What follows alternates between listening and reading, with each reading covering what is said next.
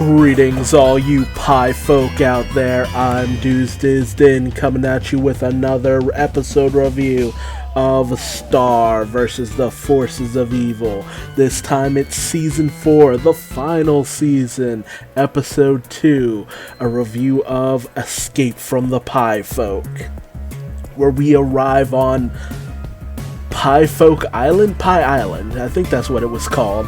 Where we see that Star, Marco, and King River are all disguised in order to hopefully not be scammed by the Pie Folk, as per River's constant warnings. However, Marco has already kind of been scammed, as he has gotten himself, instead of a tracking dog, he feels that he's gotten a tracking monkey, only for the monkey to basically swindle him out of his wand. Star, meanwhile, goes off on her own in order to find, maybe some clue as to where this pie was originally made, and she stumbles upon a little boy who tries to get her involved in a situation of stealing a random cart, basically. However, River kind of calls out that this is probably a scam in and of itself, with someone hiding nearby ready to come out and swindle them on top of that. And when River tries to tackle the person who thinks is the kid's ally, it's revealed that it's just this old man off to the side. And so they try to help this guy up, who, he says that, not all pie folk are, evil swindlers, basically. And when Star tries to get his help, he says he does know where the pie originated from, but he's unwilling to help because of what River did. And River basically has to give this heartfelt apology, and he's crying the whole 9 yards, but it's later revealed that he was pulling a bit of a swindle in and of itself. However, after Star's coerced in pulling this nearby lever, we end up finding that Star, Marco, and River are now captured by this little guy, who, as it turns out, isn't a little guy, it's some kind of chef dude, who proceeds to auction them off to these, random townspeople. And we even have this continued moment with the monkey, who has the key, but uses this opportunity to basically just steal Marco's shoes. It's like this weird subplot of this monkey just being a little jerk. But ultimately, someone gives a pretty hefty bid for Star, Marco, and River, only for it to be revealed that it's Fool Duke, and the monkey was hers as well. And we, basically gets the monkey to give everything back, and we come to find out that this is actually Fool Duke's home. She is actually Pie Folk, and she had to return home with Riveria just to kind of meet up with her parents, despite the fact that her hubby's kind of being scammed out of everything they own. And when Star asks Fool Duke about the situation with the pie, and says that, only her mom makes pies like this, Fool Duke reveals that pie folk have been making pies like that for several hundred years now, so it's nothing special on their island, in the same way and everything. So ultimately, Star pretty much gives up and gets River out of there before he gets scammed by Fool Duke's parents. And as they leave, Marco tries to comfort her, saying, hey, we'll try it again, we'll do what we need to in order to kind of figure things out. And I gotta say, I love the fact that, this is Fool Duke's home, of all things we could have ever found out. The fact that Fool Duke is Pie Folk is something I never would have guessed. But as they're leaving, River and Star catch a whiff of something that smells very familiar, like the baking of Moon Butterfly. So they end up going inside the volcano, which later we find out this is all tomato sauce and not lava, apparently, which makes so much sense because later on we see someone fall into the lava and get knocked in by Star, and I'm just like, oh my god, Star killed a man. It's just like, no, it's tomato sauce, and I'm just like, oh Jesus. And we end up finding that, Moon Butterfly is basically the head baker there, creating all these pies. So Star and Marco go in and try to infiltrate And Star kind of shows herself to Moon to get, an idea of what's going on with her, and calls her mom, only for Moon not to recognize her and question why she called her mom. So when it's real that, Moon has no recollection still, she just goes in rainbow fist ablazing, and her and Marco just throw down with all the pie folk and kidnap Moon with River using the getaway cloud, basically. However, the situation with the cloud doesn't really hold up, as we find out that Fool Duke's monkey has been overfeeding the cloud and making it sick, and causing it to no longer be able to fly. And we then are met by, once again, the guy from before, who is revealed to actually be the Pie King. And he gives the claim that Moon is actually there of her own accord, and she's free to leave at any time. And, once Star says, it's just like, Mom, you gotta remember, you gotta get out of here with us, you gotta come with us and all that stuff. The Pie King reveals this massive tapestry and this history of the Pie Folk lands, where, on a journey to Muni, a baby was taken in by the High Commission and given over and as a replacement for, Eclipse's daughter, and as substituted, and that was Festivia, who, as it turns out, is actually Pie Folk, meaning that Star, Moon, and all of them are descendant of the Pie Folk, basically. And Star claims that this is all lies and Boulder Dash and Poppycock, but, at least to a certain degree, it kind of makes sense. Even the Pie King claims it's just like, well, why else would she just pop out here of all places?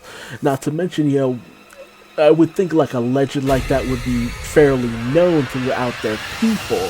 So it would, to a certain degree, make a bit of sense, and ultimately, of course, no one would believe them because it's Pie Folk. So there's that, but it also brings the question, it's just like, did Festivia's parents never do anything in order to get their child back, or what? It raises a lot more questions than it actually answers, honestly. And when Star tries to convince Moon to come back with her, back to their home and all that, ultimately, Moon declines, saying that all she really knows is that she likes making pies, and, she chooses to remain behind. And as Star gets ready to leave, feeling that ultimately, after everything they've been through, all the criticism and ridicule and all that, maybe it's for the best that Moon doesn't come back with her. After everything that Star's been through, she's pretty down on herself for the most part, and decides to leave after, hearing Moon still humming that same tune that she always did hum when she made pies. Star starts to sing it to a certain degree. But then Moon hears that, and even she starts to kind of recall the lyrics and, how it goes and all that. And they just start singing together and making pies and, just reliving their, earlier years and all that. And that brings to the surface that Moon does not know this child, but she knows she wants to be with this child. It's like that bond that they still share deep down. But the Pie King interjects, and despite the fact that he said that Moon was free to leave at any time, it becomes very clear that was not the truth whatsoever. So Moon basically decides to just bolt, just GT the FO. So they make this dash for the exit, only to be cornered by the Pie Folk, but they are then saved by the intervention of Fool Duke and her husband, Riveria, I think. Whatever. So they get everyone out of there, with even the situation between Marco and the monkey coming to a head, where the monkey only saves Marco if he'll hand over his wallet. It's just like, man, this monkey is a jerk. Like, seriously. But we end our episode on a sweet note that while Moon still retains no memories, she still has a feeling that she wants to be with Star and River, and they all embrace, and they fly off into the sunset. And this was a very beautiful episode. I love the idea of just Moon knowing deep down that she cares for her daughter, and the way it's revealed, her memories start to bubble to the surface. But now this kind of raises the question of, what's going to happen now that Moon is back? Who will try to, I feel like some people will try to take advantage of this, like some of the humans who aren't happy about how the status quo has changed, and especially given how the butterfly family isn't really seen in a good light right now by any of the humans. Like, it's gonna be hard going, but I mean, it's made at least a little bit easier now that Moon's back to a certain degree. But now that Moon has been discovered and returned to her family, the question is raised: how long is it going to take for her memories to come back? That's the mission here going forward. Not to mention, there's still the fact that Glossaric claimed that looking for Moon and defeating Toffee may have been a mistake. Even the pony, that one unicorn in the world of magic, said that Moon and Star were not supposed to be there. So if they weren't supposed to be there, if they weren't supposed to defeat Toffee, then what's next? What happens from here on out? Where does the season finale lead from here? Because Eclipse, that situation's been dealt with. Meteora's been dealt with for the most part, it feels. Toffee's been dealt with. Ludo doesn't feel like he's really an adversary at the moment. The only thing left is the freeing of Globgor, and if you've read the journal, the butterfly journal that was released and all that stuff, that Globgor isn't a malicious person for the most part, and considering where his homeland and what his wife has been doing and all that good stuff, it doesn't feel like he'd have reason to be an opponent. So it's very unclear where we're going with this season after this point, but that just makes it all the more interesting to see where we go from here on out. But I've babbled long and away hard enough. I know that you're probably tired at this point, but hey, tell me your thoughts on what will happen in the rest of the season in the comment section below. Where do you think it's gonna go? Who do you think the next enemy that Star and her family will have to face? And will they ever gain better standing with the human people? Will humans and monsters be able to fully integrate themselves one day? Or will they remain separate and diverse?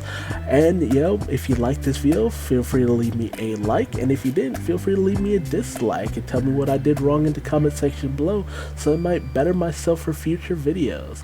But until then, hey, how about subscribing? Because I'll definitely be bringing you more pie-tastic reviews of Star vs. the Forces of Evil.